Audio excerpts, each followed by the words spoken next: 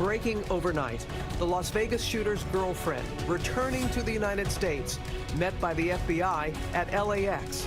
Authorities hoping she can help unravel the mystery behind the motive of that mass shooting. As dramatic new images emerge, police releasing body cam footage. Get back! First responders on the scene as those shots rain down. As we hear new stories of heroism and learn more about the hundreds of victims. President Trump set to visit Las Vegas after his first visit to the devastated people of Puerto Rico, tossing paper towels to hurricane victims, praising the administration's efforts, while 93% of the island remains without power. This is what freedom looks like for O.J. Simpson, playing golf at his home and spending time with one of his daughters, what the NFL Hall of Famer plans to do after nearly a decade behind bars. And dim the lights, here we go. American Idol is back. This morning, get ready to say hello to Lionel Richie, crash our party with Luke Bryan, and roar with Katy Perry. All three judges live together for the first time ever, only on GMA. Live in Times Square, this is GMA with Robin Roberts, George Stephanopoulos, and Michael Strahan. And we do say good morning, America. We have breaking news in the investigation of the Las Vegas shooting. The killer's girlfriend, Mary Lou Danley, returned to the U.S. overnight. And Brian Reports has been reporting all through the night on the search for a motive. Investigators digging into what they call descent into madness, as we have these new images of the arsenal inside that hotel room. Police have recovered dozens of weapons from the scene. Plus that new body camera footage released overnight, capturing the moments of chaos unfolding as officers respond to that frightening gunfire. So chilling. We've got to begin our coverage with that new video and the latest on the victims. ABC's World News Tonight anchor David Muir leads us off from Las Vegas. Good morning, David. Robin, good morning again to you. And you mentioned that dramatic body cam footage. It shows rescue teams racing to respond here on the scene. Overnight, we also learned about an heroic security guard who made his way to that floor. But the suspect inside had cameras on a cart in the hallway, a camera in the peephole of the door, and saw him coming, shot him through the door. That guard was still able to tell everyone what floor he was on and where to find the suspect to get him. Hey, you guys, get down! Go that way! Get out of here! There's gunshots coming from over there! Go that way! Go that way!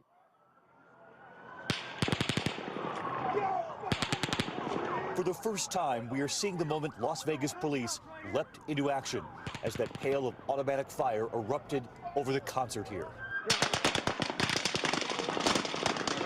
Body cameras rolling as officers take cover. Hey, go that way, go that way, go that way.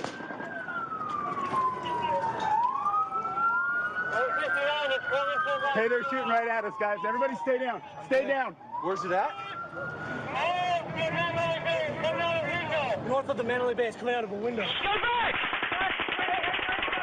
The brave men and women risking their lives to protect the fleeing crowds. Go, go, go, go, go. That way, that way, that way, that way. This morning, more faces and names of those 58 lives lost in the massacre now revealed. Everybody involved in the incident from the decedent standpoint is accounted for, and we're waiting to communicate that with their families. We now know among the dead, Rhonda LaRoque, here on a family vacation, her husband by her side, her father-in-law taking her 6-year-old daughter back to the hotel, just one set before the gunshots erupted. He thought she was ducking, but she didn't get up. I'll never see my baby girl again. I loved her so much. And Sonny Melton at the concert with his wife, Heather. She says she could feel the moment he was shot in the back. And we fell to the ground, and I was talking to him, and he was still breathing at that time. But then he stopped. Also emerging, the stories of those first responders and everyday people running not away, but toward the gunfire.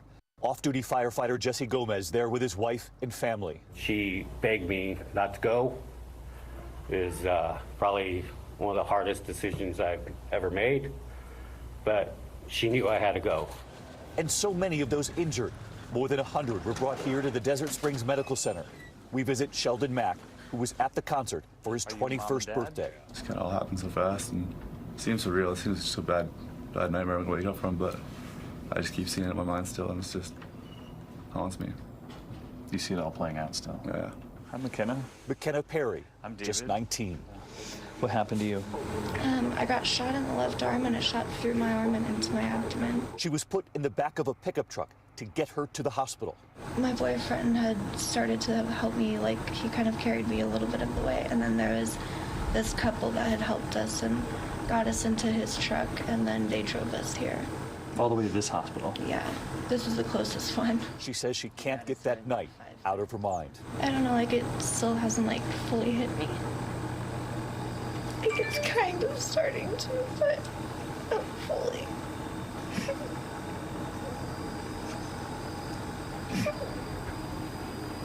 It's hard to even think about. I just know that there's a lot of people that had it a lot worse. So it's kind of just like hard to know that there's a lot of people dead from it too. And you know, as we traveled from room to room in that hospital, we heard it from each of these young victims that they are more traumatized when they learn of the number of people who died, that they are the survivors in this mass shooting, Robin. And we hear of that so often when we respond to the scene of these shootings. It's the guilt they carry afterwards, guilt that we wish they didn't have to feel, but they feel it when they know that they were the survivors and others didn't get out. Survivor's guilt. And David, we're hearing some performers are canceling concerts out of respect for the victims and their families. Yeah, Jason Aldean, who was performing, of course, when this all began to play out, he's canceled 3 concerts out of respect for the victims. And Jennifer Lopez said she is simply heartbroken. She's canceled concerts as well. Not surprising, but these performers say they're taking a break from performing out of respect for so many families here affected by this, Robin. Not surprising at all. All right, David, thank you. Okay, Robin, thanks. As we said, the gunman's girlfriend, Mary Lou Danley, was met by FBI agents when she landed in Los Angeles last night from the Philippines. And we have some new images now from her time in the Philippines. You see them right there. Of course, investigators want to know from her whether she had any warning about this at all. She is a person of interest in the case. Our chief investigative correspondent, Brian Ross, here with more. Well, good morning, George. She has quite a story to tell, with a portrait emerging of a man who was descending into madness, showing signs of mental illness, crazy eyes, losing weight, a decline in his physical appearance, according to one person briefed on the new findings. Jealous of his girlfriend's ex, her family saying he sent her away so she wouldn't get in the way of his plans. A major step forward in the investigation this morning as the shooter's girlfriend arrived in Los Angeles overnight on a flight from the Philippines. Mary Lou Danley was Stephen Haddock's girlfriend for at least 3 years, with him up until just 2 weeks before the shooting. She had to know that he had some kind of mental health issue, some type of stress in his life. She had to know that that was going on. And authorities now label her as central to the investigation after first dismissing the possibility she played any role. Currently, she's a person of interest. Especially after the discovery by police of so many weapons, so much ammunition, and explosives at the home they shared in Mesquite, Nevada. How could she not know what was going on in her own house with these weapons? She had to know something, at the very least question him as to where are these weapons coming from? Why do you have all these weapons? Danley's sisters spoke to Australian TV station with their faces blurred. They say she had no idea of Paddock's plans. He sent her away so that he can plan what he's planning without interruptions. In that sense, I thank him for sparing my sister's life, but that won't be to compensate 59 people's life. I didn't even know that she's going to the Philippines until Steve said, "Oh, Mary Lou, I found you a cheap ticket to the Philippines." According to documents obtained by ABC News, Danley, who uses an Australian passport, traveled to her home country, the Philippines, 2 weeks before the shooting, on September 15th. Paddock actually visited her family in the Philippines 4 years ago, and one of them posted these photos on Facebook. U.S. officials also want to know from the girlfriend why Paddock began to transfer tens of thousands of dollars to someone in the Philippines prior to the shooting. We've got a lot of questions, I can tell you that. According to relatives, Danley apparently met Paddock at this hotel casino in Reno, where she worked as a hostess to entertain high rollers like Paddock. Employees at this bar in Mesquite and former neighbors say the couple were regulars playing video poker and the slots as they downed beer and shots of tequila. They were professional gamblers, and that's what they did for a living. Now authorities hope the girlfriend can help solve the mystery of this man, with the FBI standing by to get her to Las Vegas later today. This morning, her brother in the Philippines told ABC News she told their family she has a clean conscience. But right now, she's still not a suspect. Authorities think she may know more about his state, but not necessarily involved. Described only as a person of interest, which is a different category. Okay, Brian Ross, thanks very much. And now we have new details on the gunman. Authorities recovering a total of 47 firearms, including that startling arsenal found in his hotel room. ABC's Matt Gutman is in Las Vegas with more on that side of the story. Good morning, Matt. Hey, good morning, Robin. Still activity here, but that arsenal you mentioned is just part of a chillingly meticulous plan put together by Stephen Paddock, which included weapons modified into machine guns, thousands of rounds of ammunition, and something we haven't seen before, surveillance cameras set up outside the room to monitor the approach of law enforcement. This morning, a glimpse of the sniper's nest where 64-year-old Stephen Paddock stretched several minutes of shooting into what seemed an endless slaughter. We know now that he fired off and on for somewhere between 9 and 11 minutes. We know that the suspect fired over a dozen or so volleys. These new images revealing just a fraction of Paddock's total arsenal. 47 firearms have been recovered. These firearms were recovered from 3 different locations. The armory inside that 32nd floor luxury suite, including shotguns, pistols, and assault rifles. That gray magazine clip you see, able to hold up to 100 bullets. Spent casings littering the floor, and chillingly, stacked like bricks in the corner, at least a dozen more magazines. Experts tell ABC News this image alone shows up to 1,600 rounds. And this morning we learn it was a hotel security guard who may have stopped the slaughter. He was advancing towards the room when the suspect fired through the door at the security guard and struck him. He was able to provide additional information to the police on exactly which room that we were looking at. Police say Paddock was able to shoot the guard through the door because he saw him coming. This video showing that room service cart, and under a plate, the shooter hiding a surveillance camera, another set up inside the room. That wounded security guard providing crucial intelligence to SWAT teams, who about an hour later breached that door. Breach.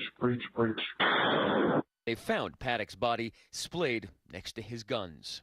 He'd shuttered himself inside that hotel room for 3 days. And it was on September 28th that he came into this hotel, checking in with 10 bags. Walking right past this sign. He was perched high above the Route 91 Harvest Festival, waiting until shortly after this rendition of God Save America to open fire. Overnight, Paddock's brother's family releasing this statement. There is just no way to express our shock, devastation, and sorrow for all the victims and their families' unimaginable loss. Now hotels on the Strip increasing security. On Monday, lines stretching outside the Wynn Resort as guards screened luggage and scanned visitors with metal detectors. And the Nevada Gaming Control has placed more plainclothes security guards in casinos for added security. And we are now learning that Stephen Paddock back in June was prescribed 50 pills of Valium. It's an anti-anxiety medication, and it's probably certain that law enforcement is going to examine very closely his mental state leading up to this attack. Robin. So much more to come. Okay, Matt, thank you. Absolutely. Thank you, Robin. And now to the latest on Puerto Rico. The governor announcing the death toll has now risen to 34 people killed in the hurricane disaster. President Trump and the First Lady visited the island on Tuesday to survey the damage, and Alex Perez has more in San Juan. Good morning, Alex. Good morning, Michael. Take a look behind me. That's the Navy hospital ship Comfort. It has one of the biggest trauma centers in the United States. It arrived as President Trump made his first trip to the island since the hurricane. With much of hurricane-ravaged Puerto Rico still struggling to get back on its feet, we cannot drink this water. President Trump, on his first visit here since the storm, tossing paper towels to hurricane victims. Sitting next to Puerto Rico's governor, the president made headlines by comparing the death count in Puerto Rico to the deaths during Hurricane Katrina. If you look at a real catastrophe like Katrina, and you look at the tremendous hundreds and hundreds and hundreds of people that died, what is your death count as of this moment? 17? 16 certified. 16 people certified. 16 people versus in the thousands. You can be very proud. And joking about the cost. I hate to tell you, Puerto Rico, but you've thrown our budget a little out of whack. In the room, the mayor of San Juan, who the president slammed on Twitter for saying Puerto Rico needs more help than it's getting. How are you?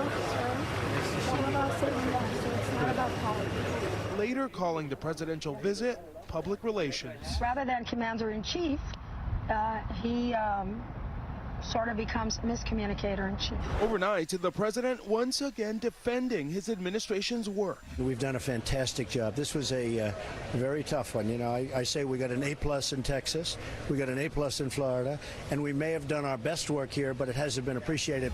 2 weeks after the hurricane, 93% of the island remains without power. Flashlights, you don't need them anymore. You don't need them anymore. Just some 15 miles from San Juan, and Toa Baja donated goods handed out door to door. It's the only help Erin Perez and her family say they've gotten so far. It's like nothing that we've ever lived. You know, situations that we're in right now with the water, the food, and everything else, it's crazy. And so altogether now, some 13,000 troops and civilians on the ground here trying to get help to those who need it. George? Okay, Alex, thanks very much. President Trump going from Puerto Rico to Las Vegas today. Our senior White House correspondent, Cecilia Vega, ahead of him on the scene there in Las Vegas. Let's begin, though, with Puerto Rico. Some awkward, even jarring moments there yesterday in Puerto Rico for the president, but he's already touting them. He is, George. That moment of those him tossing those paper towels certainly didn't go over well with a number of people there on the island and back here stateside. But look, one of the big issues that he raised there is this issue of the $73 billion in debt that Puerto Rico owes, saying that we're going to have to wipe that out. The question is, can they actually really do that? This is debt that is municipal bonds, which is mostly governed by the territory or the state. So a big question as to whether that can really happen. But you said it. He's touting himself. He's got that tweet this morning. Take a look at it. A great day in Puerto Rico yesterday. While some of the news coverage is fake, most showed great warmth and friendship. You heard the president there say he's gotten an A+ for Florida, A+ for Puerto Rico, but what they're doing in A+ for Texas and Florida, but what they've done in Puerto Rico, he says, is not being appreciated yet. And he will touch down in Las Vegas in just a few hours. Going to meet with first responders, the victims' families, and their families as well. This happens as the debate about gun control already started on Capitol Hill. You've got Democrats calling for new controls, Republicans saying now is not the time. The president has said that as well, but he also seems to have opened the door to considering some proposals in the near future. Yeah, he says that we'll be talking about gun laws as time goes by, but you said it. Look, even Senate Majority Leader Mitch McConnell is saying now is not the time to politicize this, George. The White House, though, does remind that the president has been a strong supporter of the Second Amendment. Yes, he is. Okay, Cecilia Vega, thanks very much. I'm going to go quickly to Ginger, more on that tropical threat. Yes, there are two tropical threats, but the one near Nicaragua is the one that we're watching that could eventually impact parts of the Gulf Coast as we head into this weekend. Your local weather in 30 seconds. First, though, the rainy cities brought to you by My Little Pony, rated PG. This Friday, when the ponies fly onto the big screen. Epic adventures will never be the same. Oh, this is intense. And saving the world will take A picture of my sister Maud? This cotton that I've never used. This breath mint? Y'all ponies are crazy. Wow. That was fun. Can we do it again? My Little Pony, the movie, rated PG, starts Friday. Just a touch of early morning fog, but we'll have ample sunshine today, and our temperatures are going to be a little higher. We'll roll just above 80 degrees for today, and then it's mid-80s for the end of the work week. And for this upcoming weekend, your best day is going to be Saturday, the high 86. Sunday will pick up some humidity and maybe even a few early morning showers. But Columbus Day, even Tuesday, beneficial rain comes into the area, and temperatures will really drop by the end of the work week to the upper 60s. Coming up, we'll have the very latest from Las Vegas, plus new pictures of O.J. Simpson on his first full day of freedom. Come on back.